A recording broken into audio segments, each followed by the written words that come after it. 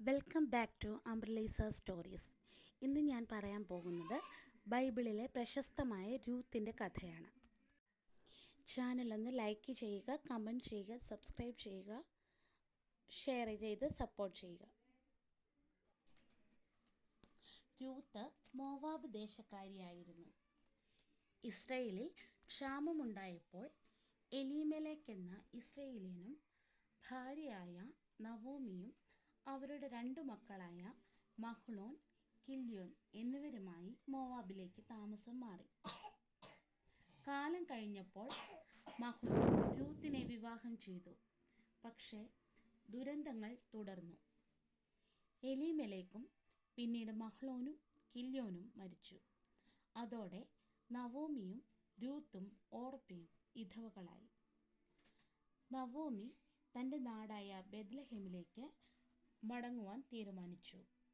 അവൾ മരുമക്കളോട് തങ്ങളുടേതായ നാട്ടിൽ തന്നെ മടങ്ങുവാൻ പറഞ്ഞു.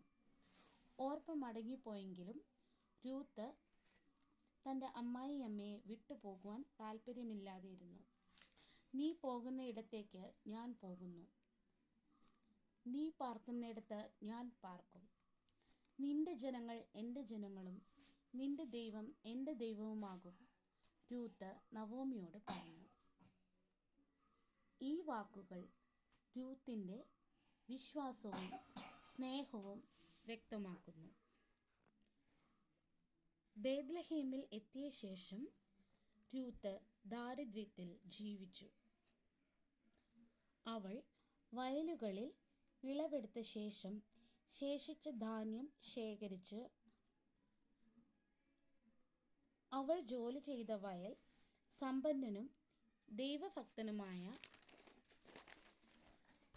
ബോവസ് എന്ന മനുഷ്യൻ്റേതായിരുന്നു. ബോവസ് രൂത്തിൻ്റെ നിഷ്ഠയും നല്ല സ്വഭാവവും കണ്ട് അവളെ ആദരിച്ചു. ഇസ്രായേൽ നിയമപ്രകാരം അടുത്ത ബന്ധുവിന് വിധവയെ വിവാഹം ചെയ്തു കൊടുക്കുവാൻ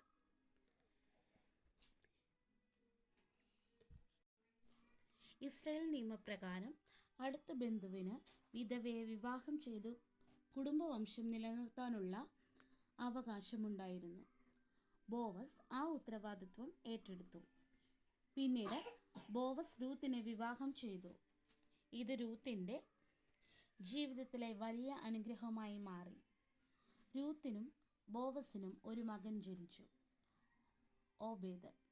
ഇശായിയുടെ പിതാവും ഇശായി രാജാവായ ദാവീദിൻ്റെ പിതാവുമായിരുന്നു. അതായത് രൂത്ത് രാജാവായ ദാവീദിൻ്റെ പിതാമഹിയാണ്. പിന്നീട് യേശുക്രിസ്തുവിൻ്റെ വംശാവലിയിലും രൂത്തിൻ്റെ പേര് ഉൾപ്പെടുന്നു. രൂത്തിൻ്റെ കഥ ദുഃഖത്തിൽ തുടങ്ങി മഹത്വത്തിൽ അവസാനിക്കുന്നു. ഒരു സാധാരണ മോവാബ് സ്ത്രീയിൽ നിന്ന് രാജവംശത്തിലെ അംഗമായി മാറിയ രൂത്തിൻ്റെ ജീവിതം വിശ്വാസത്തിൻ്റെയും സ്നേഹത്തിൻ്റെയും ശക്തി തെളിയിക്കുന്നു. Thank you.